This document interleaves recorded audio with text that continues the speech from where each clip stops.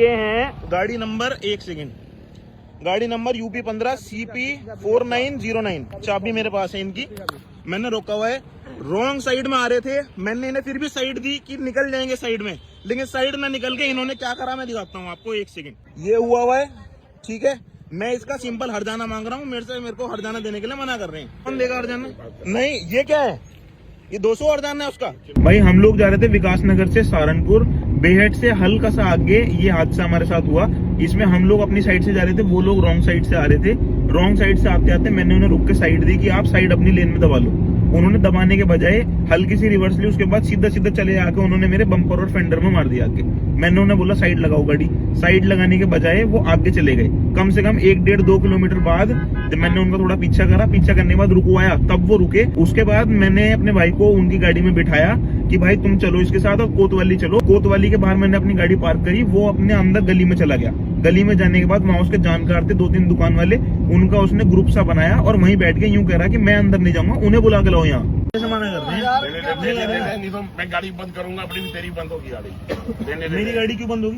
तेरी बंद होगी, दोनों बंद होगी हमारी। हम अंदर गए, उन्होंने वहाँ हवलदार साहब को हमारे साथ भेजा, उनके साथ आने के लिए मना कर दिया कि हम चाय पी रहे हैं अभी।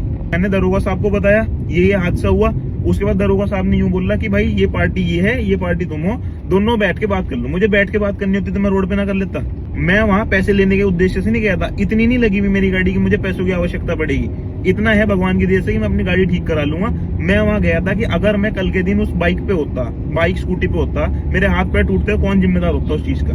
वो तो मेरे पे गाड़ी थी। मैं सहारनपुर जा रहा था बहुत इंपॉर्टेंट काम की वजह से, अगर मैं वहां और ज्यादा रुकता तो मेरा उससे भी ज्यादा नुकसान हो जाता। तो उसके बजाय मैं वहां से उठ के चला। मैंने उनसे बोला कितना दोगे हरजाना? उन्होंने कहा कि हम ज्यादा से ज्यादा 500 रुपए देंगे। मैंने कहा 500 नहीं, 5000 रुपए का खर्चा है, 3000 रुपए दो कम से कम। उन्होंने कहा कि ज्यादा से ज्यादा 1000 देंगे अगर रखने हैं तो भाई मैंने उनसे 1000 रुपए लिए।